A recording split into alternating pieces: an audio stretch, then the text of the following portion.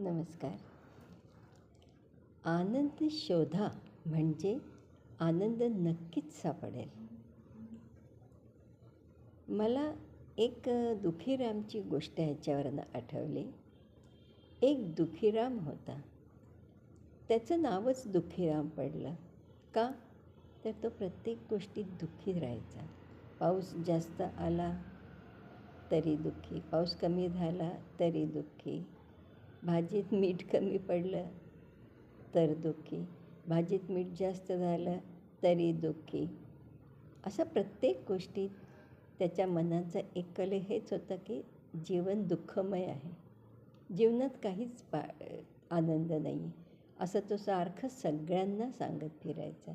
आणि त्यामुळे तो नेहमी दुःखीच राहायचा.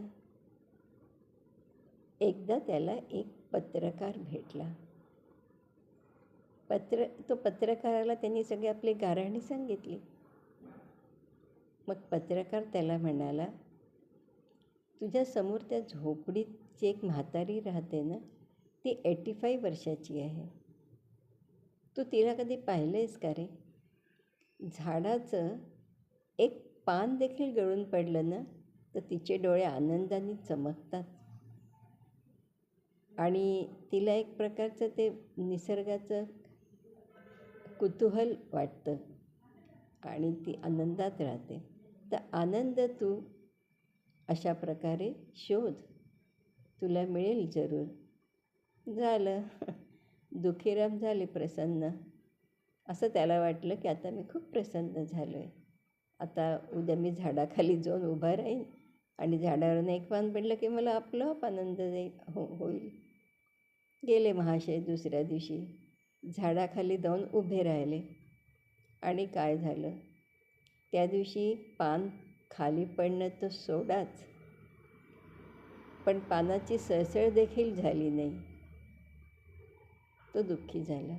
2 तास उभा राहून देखील त्याला एकही असा काही आनंदाचा अनुभव आला नाही आणि तो तिकडनं निघाला, दुःखातच निघाला नेहमीप्रमाणे. इतक्यात समोरून तो पत्रकार येत होता. काय रे मित्रा, तू मला किती खोटं सांगितलं. मला तर काही आनंदच झाला नाही. आज बघ माझं नशीब कसं खोटं आहे, झाडाचं एक पान देखील पडलं नाही. तो दुखीराम त्या मित्राला म्हणाला. मित्रांनी कपाळाला हात लावला. मग त्यांनी विचारले मित्रांनी, काय रे, तुला अजूनही काही तिथे दिसलं नाही का? दुखीराम म्हणाला, अजून काय दिसायचं होतं?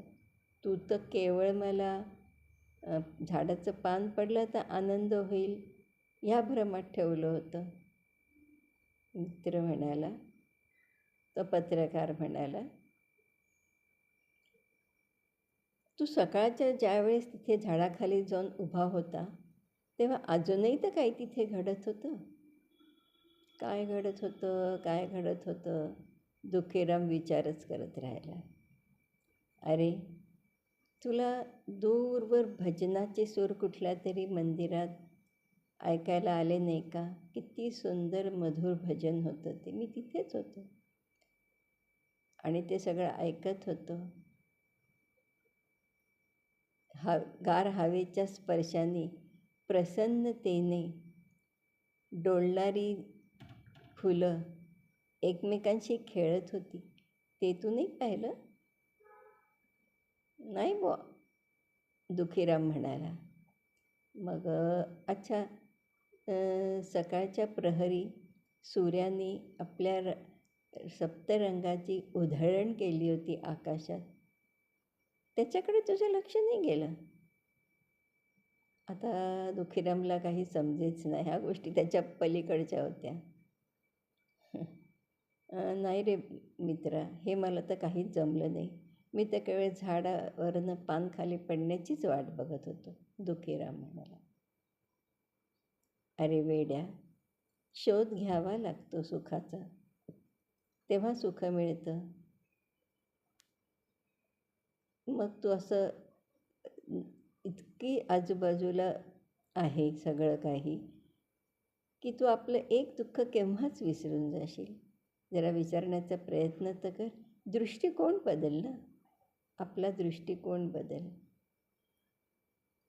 एकाच गोष्टीला अडवून नको राहू की मी दुःखी आहे, मी दुःखी आहे, मी दुःखी आहे. अनेक गोष्टी आहेत आसपास. आपला दृष्टिकोन बदल आणि जीवनाला आनंदी बनव.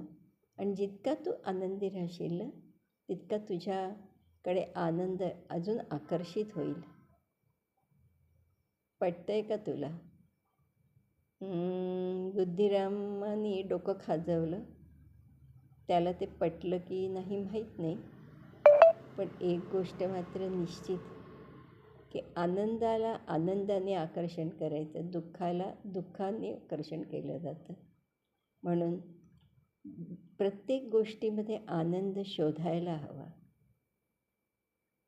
आणि आनंद अजून द्विगुणित करायला हवा. पटलं का तुम्हाला? पटलं तर जरूर लाईक करा, कमेंट्स करा. थँक्यू.